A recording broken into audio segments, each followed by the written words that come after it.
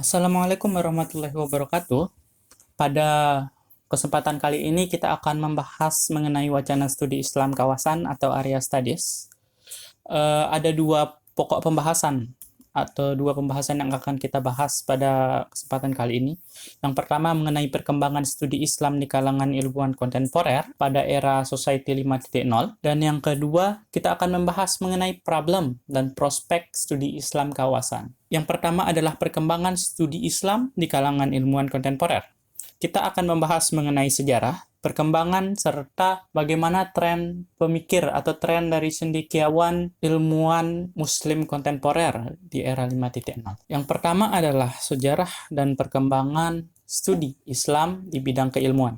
Ada 3 periode zaman, yaitu zaman saat kemunculan Islam, yang kedua adalah zaman klasik, dan zaman modern. Namun kita bisa meringkas, kita bisa menggabungkan zaman saat awal kemunculan Islam dan zaman klasik karena kita berfokus untuk membandingkan pada zaman modern. Jadi pada zaman dulu itu Islam mengalami kemajuan dalam bidang keilmuan. Sejak awal kemunculan Islam, Islam mengalami kemajuan yang sangat pesat. Sebenarnya bukan dalam bidang keilmuan saja, namun Islam juga memiliki kemajuan yang sangat pesat dalam bidang keilmuan. Hal ini berbanding lurus dengan banyaknya tokoh keilmuan Islam terkenal yang muncul dalam bidang keilmuan. Kita tahu Ibnu Sina, ada Al-Khawarizmi, Jabir Ibnu Hayyan, dan banyak tokoh-tokoh Islam lain yang muncul pada zaman dulu. Dan ilmu-ilmu mereka masih digunakan juga sebagai rujukan untuk keilmuan modern. Selanjutnya, pada masa kejayaan Islam, Islam menjadi kiblat keilmuan. Jadi, para ilmuwan-ilmuwan di penjuru negeri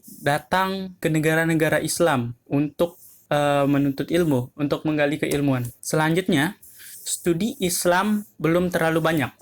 Ini merupakan salah satu kekurangan jika kita membandingkan studi Islam zaman dulu dan zaman sekarang. Studi Islam pada zaman dulu belum sebanyak yang sekarang. Mungkin kita tahu pada zaman dulu ada studi-studi seperti astronomi, seperti matematika. Namun jika kita membandingkan dengan zaman sekarang akan jauh berbeda. Kita akan membahas lebih lanjut nanti dengan perbandingan bagaimana studi Islam keilmuan zaman sekarang atau zaman modern. Pada zaman modern, khususnya jika kita membandingkan pada era Society 5.0, kita berada di zaman di mana Islam kembali tersadar pentingnya nilai-nilai keislaman yang mulai pudar. Ini juga merupakan salah satu urgensi dari metode studi Islam.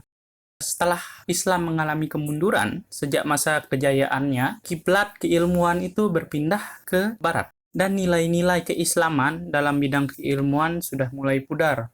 Ketika masyarakat Islam telah sadar pentingnya nilai-nilai keislaman yang mulai pudar tersebut, muncul rasa untuk kembali memunculkan nilai-nilai keislaman tersebut dalam keilmuan yang ada. Tentu saja hal ini ditandai dengan munculnya tokoh-tokoh pembaharu atau orang-orang yang berperan dalam kembali memperjuangkan nilai-nilai keislaman dalam bidang keilmuan. Selanjutnya, studi yang berkaitan dengan Islam berkembang dengan pesat. Seperti tadi contoh, di zaman dulu studi yang berkaitan dengan Islam masih terbatas. Kita bisa melihat studi seperti astronomi atau matematika. Namun pada era modern ini, pada era Society 5.0, kita sudah melihat studi-studi seperti politik, sosiologi, dan lain sebagainya.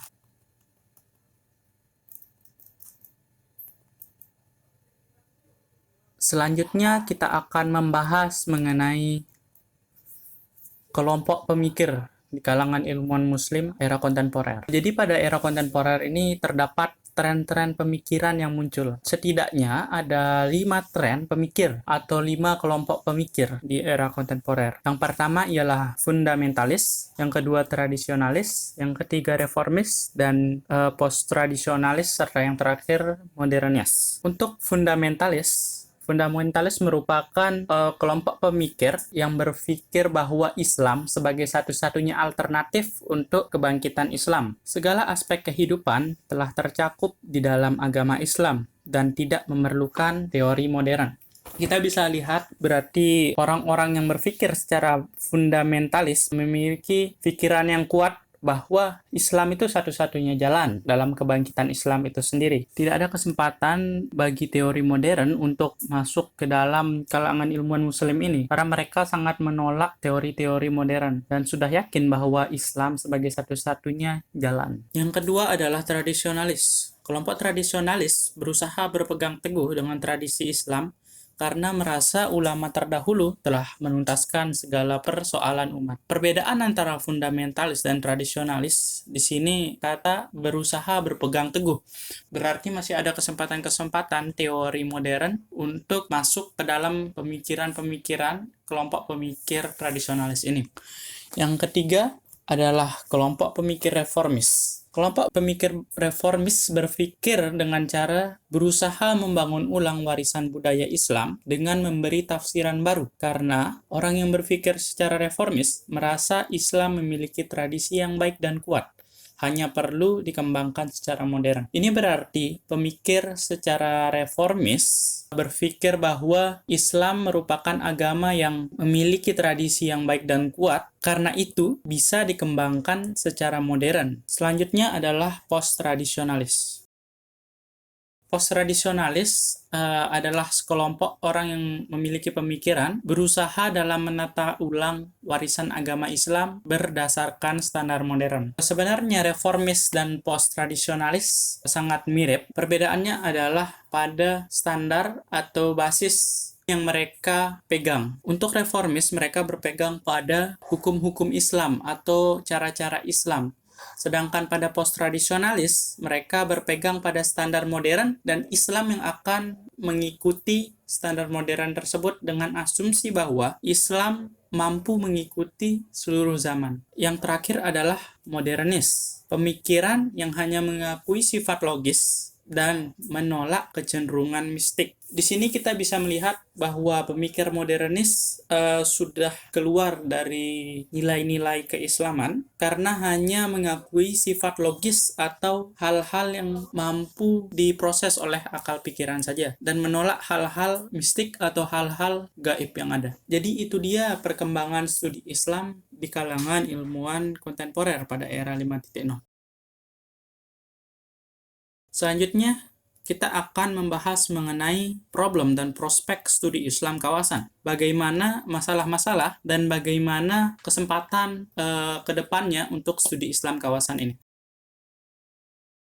Pertama, kita mulai dari problem atau dari masalah studi Islam kawasan. Untuk diketahui bahwa studi Islam kawasan ini sangat erat hubungannya dengan cabang ilmu seperti sejarah, kebahasaan atau linguistik, dan cabang-cabang ilmu yang berkaitan dengan perkembangan masyarakat di sebuah kawasan atau wilayah. Masalah yang muncul disebabkan adanya perbedaan budaya. Karena ini studi Islam kawasan, jadi setiap kawasan itu memiliki budaya mereka masing-masing.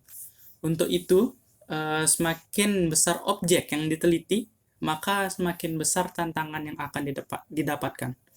Jadi masalah yang timbul jika objek kajian merupakan hal yang besar, tidak hanya di satu kawasan tapi bisa mencapai beberapa kawasan, tentu saja akan ada kerumitan atau perlu persiapan yang lebih matang sebelum melakukan kajian-kajian, sebelum melakukan penelitian-penelitian mengenai objek tersebut.